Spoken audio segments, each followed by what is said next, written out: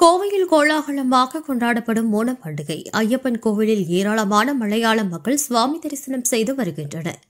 கேரள மக்களால் ஒவ்வொரு ஆண்டும் ஓணம் பண்டிகை வெகு விமர்சையாக கொண்டாடப்படும். ஆவணி மாதம் அஸ்தம் நாளில் தொடங்கி திருவோணம் வரை ஓணம் பண்டிகை கொண்டாடப்படுவது வழக்கம். ஓணம் பண்டிகை கொண்டாடும் விதமாக கோவை சித்தாபுதூரில் உள்ள ஐயப்பன் கோவிலில் ஏராளமான மலையாள மக்கள் குடும்பத்தாருடன் வந்து சாமி தரிசனம் செய்து பண்டிகையை கொண்டாடி வருகின்றனர்.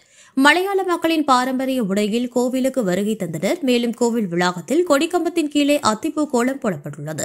அதனை பொதுமக்கள் அனைவரும் ஆர்வமாக புகைப்படம் எடுத்து மகிழ்ந்து வருகின்றனர்.